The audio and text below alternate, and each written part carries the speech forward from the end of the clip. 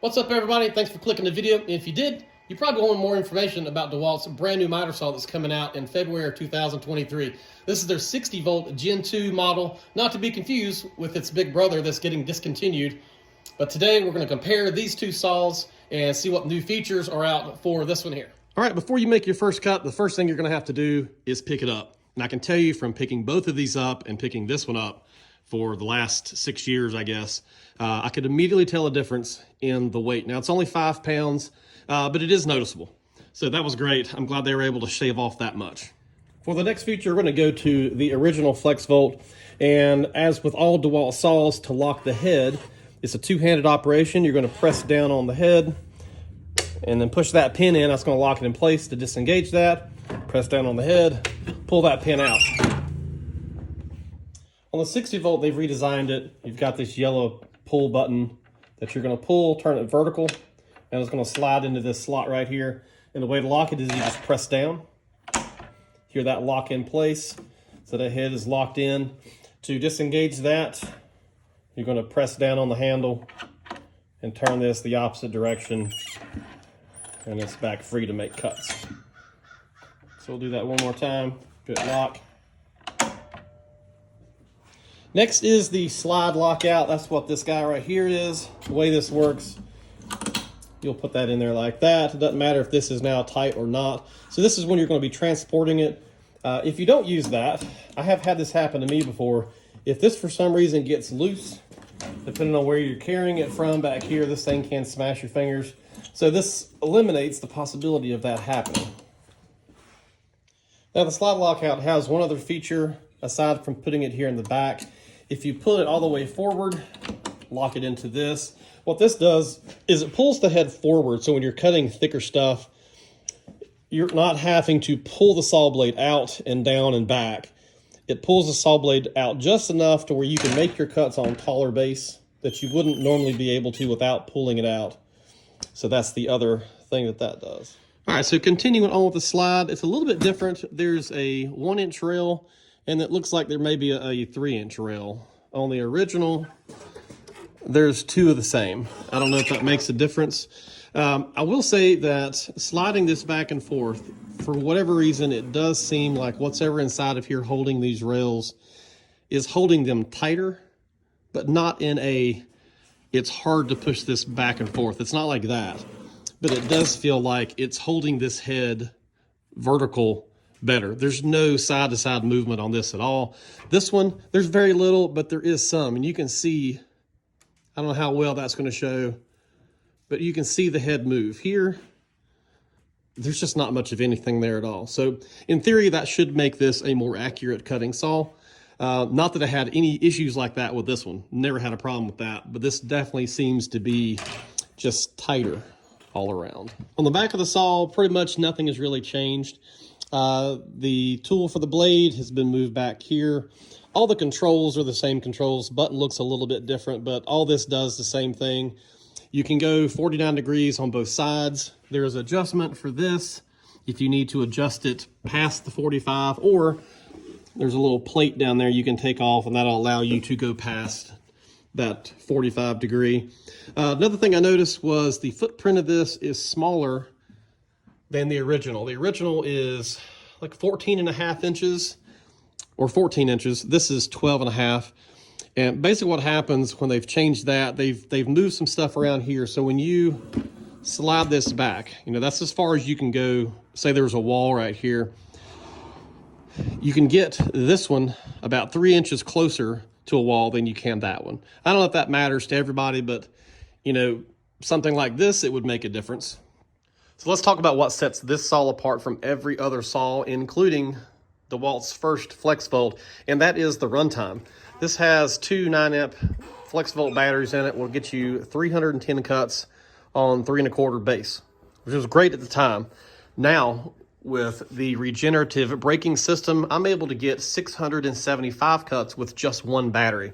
I'm going to run both of these saws so you can kind of see and hear the difference in these. So here's the original flex volt.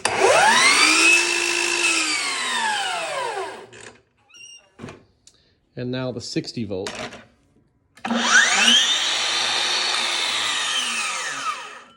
So my concern was, because this thing is based off the braking system, that maybe they were going to slow the blade longer to help charge more. But from running these things back and forth, I really don't see a difference between these two models. Of this one's just taking longer to stop the blade. It doesn't seem like that. So the technology they have in here to recharge that battery is hidden well, in my opinion. Okay, the dust collection on this is a big improvement, in my opinion, over the original. The original, I had problems with if the suction, sometimes this stuff would even close. It's real thin. This is a much thicker rubber. I don't know if that matters, but it's much more heavy duty. And the cool thing about this is it's taking dust directly off the blade and out the back. Now with that comes a dust port adapter, so you can put this on here for a regular shop vac, or it has the airlock system. And for me, I've got Dewalt's extractor, so this is just going to seamlessly lock in there like that. So what we'll do, we'll test these out. I'm going to put the bag on this and cut, I don't know, we'll cut enough so we can get some dust in here, and I'll dump it out. We'll do the same thing with this and just see how much better dust collection is on this one. Next up, we're going to check out the dust collection on both of these. So for that, we're going to pick up some, we're going to do this. This is some 3/4 MDF. This is a lightweight MDF. A lot of dust is ready to be extracted out of this guy. So what we're going to do is just make successive cuts, and I'll put the bag on there and see how much dust we get out of that bag. Do the same thing for this, and we'll dump them out side by side and see which one collects more dust. All right, 3/4 inch MDF dust test.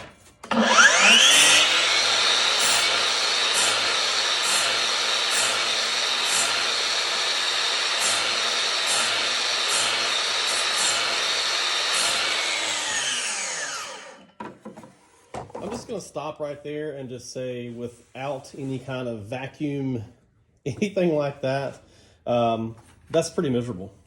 Like, I feel like that thing is throwing dust all over me. So I'm going to discontinue that test on here. There's no point in doing that. I don't think there's a whole lot of dust in that bag. Okay, in fairness, we're going to do this one next. I don't foresee this doing much better.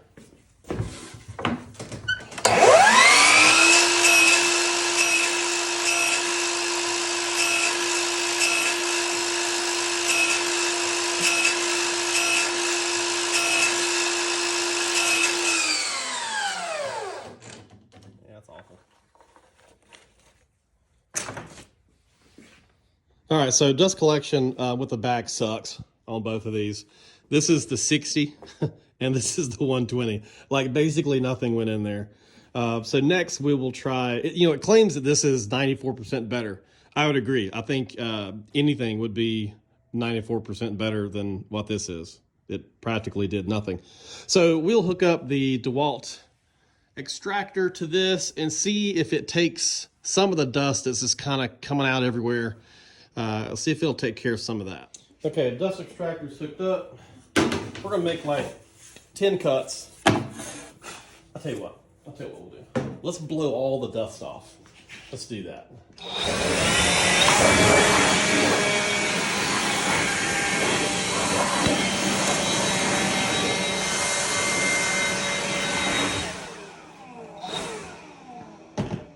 All right, dust is blown off. We're gonna make like 10 cuts and just see what this does. All right, let's see how much better this does with the vacuum.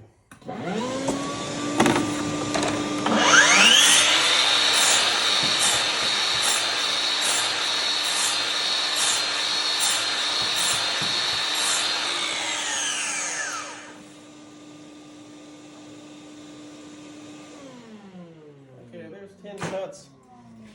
Kind of just check this out and see. I see some stuff around here in the back. So I can't say that I'm super impressed with the dust collection. It's saying it's 94%. You think, wow, that's great. It gets 94% of 100% of dust. I don't think that's very accurate. We'll hook this one up and see if we get any better results. Okay, everything's vacuumed off.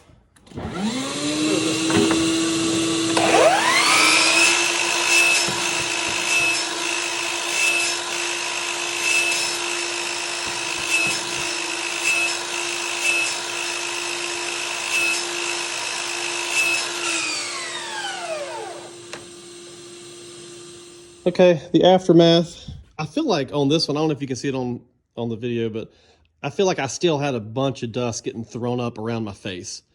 When I had the vacuum on this, I didn't feel that. And there's dust back here. I feel like there's less dust back here because most of it was getting thrown in my face again. So I would have to say that this is definitely an improvement with a vacuum. Both of these suck without a vacuum. All right, so something very important to me, probably one of the most important things when picking out a Mitersaw is its ability to cut baseboard standing vertical. I do a lot of 5.5, 5.25 speed base, and there's a lot of saws out there that are way more expensive than this, and you don't have that option. You've got to cut them flat, which I think is absolutely ridiculous. So 5.5.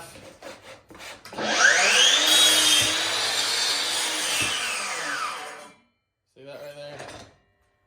I can't finish my cut. So what do? How do you fix that? All right, the answer is, remember we talked earlier about this lockout slide. So what do? This is now the point where you lock it out on the very front of this, and that's going to pull the saw blade out that allow you to make cuts like that. So here we go.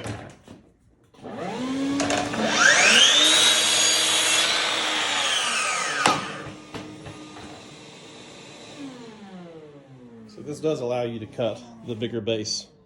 Now the question is that something I'm going to do? When I'm going to be cutting pieces of base like that, am I going to take the time to take this thing out here and lock it in place and do all that stuff? No, I'm not going to do that. That's annoying. I'm fine that they put the feature on there, but what I'm going to do is I'm going to start it. I'm going to pull my base out here. I'm going to start it in the back. I'm actually going to start cutting it, but I'm going to pull this thing forward. I'll just show you. I'm just going to do that instead of having this thing all the way out here, because this ends up kind of getting in the way. It's like that, which it gets out of the way, but that's annoying to me. I don't like that. So nice feature. I'm not going to use it. If you stayed to the end of the video, I appreciate it. Give me a thumbs up. Also, give me a follow on Instagram, Toolman101476. Got any questions? Hit me up. I'll be glad to answer anything you've got.